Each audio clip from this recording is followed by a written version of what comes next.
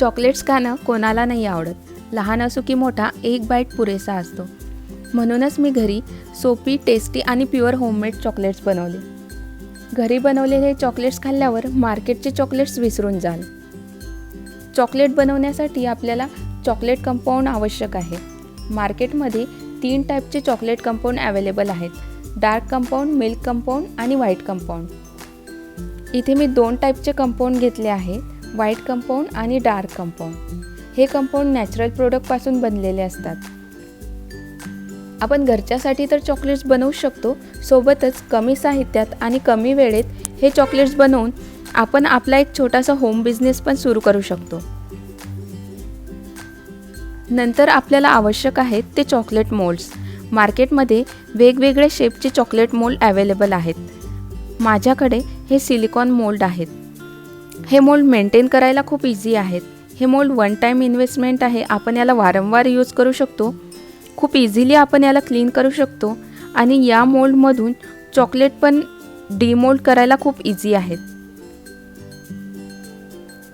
Main म्हणजे chocolates या मोल्डला चिटकत नाही आणि तुटत नाही.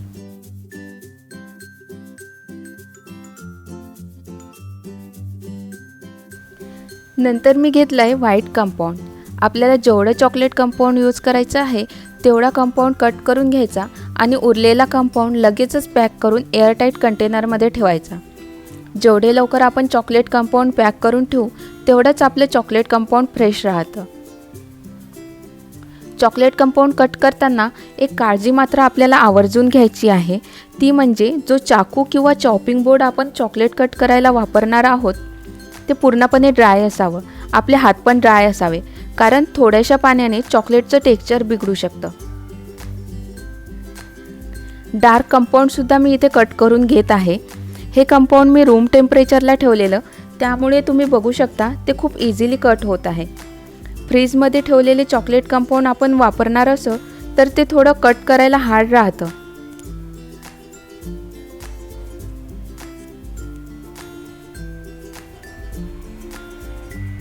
इथे मी दोन्ही चॉकलेट कंपाऊंड कट करून घेतले आहे. याला आता आपण मेल्ट करूया. एकतर आपण मायक्रोवेव्हमध्ये याला मेल्ट करू शकतो किंवा इथे मी एका भांड्यात गरम पाणी घेतले.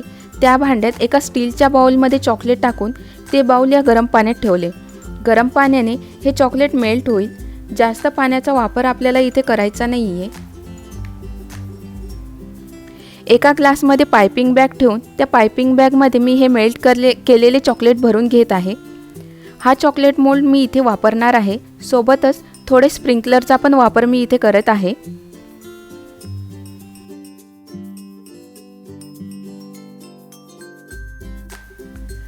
पायपिंग बॅगच्या साहाय्याने मेल्ट केलेले चॉकलेट मी या मोल्डमध्ये भरून घेत आहे. त्यामुळे चॉकलेट मोल्डमध्ये एकदम इझिली भरता येत आहे आणि ते बाहेर पडण्याची भीती राहत नाही. मोल्ड थोडा टॅप करून घ्यायचा, जेणेकरून चॉकलेट व्यवस्थित स्प्रेड होईल. आणि आता हा मोल्ड आपल्याला 5 मिनिट फ्रीजमध्ये ठेवायचा आहे.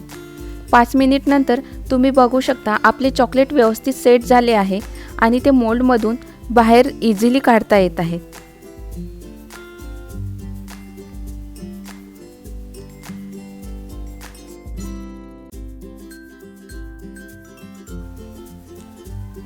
इथे मी व्हाईट कंपाऊंडमध्ये थोडं टूटी फ्रुटीचा यूज करत आहे. आपल्याला हवं तर आपण कलर पण यूज करू शकतो, पण आपल्याला चॉकलेटसाठी फक्त ऑइल बेस कलर वापरायचे आहेत. आणि फ्लेवरसाठी आपण इसेन्सचा पण वापर करू शकतो. पण तुम्ही इथे बघू शकता मी कुठल्याही प्रकारचा कलर किंवा कुठलाही इसेन्स वापरलेला नाही आहे.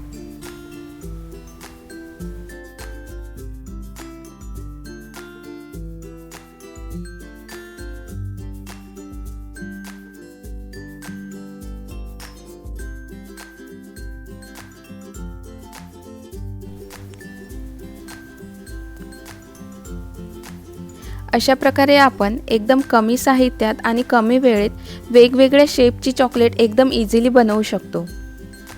तुम्ही जर आपल्या चॅनलवर नवीन असाल तर चॅनलला सबस्क्राईब करायला विसरू नका आणि व्हिडिओ आवडल्यास लाईक शेअर नक्की करा.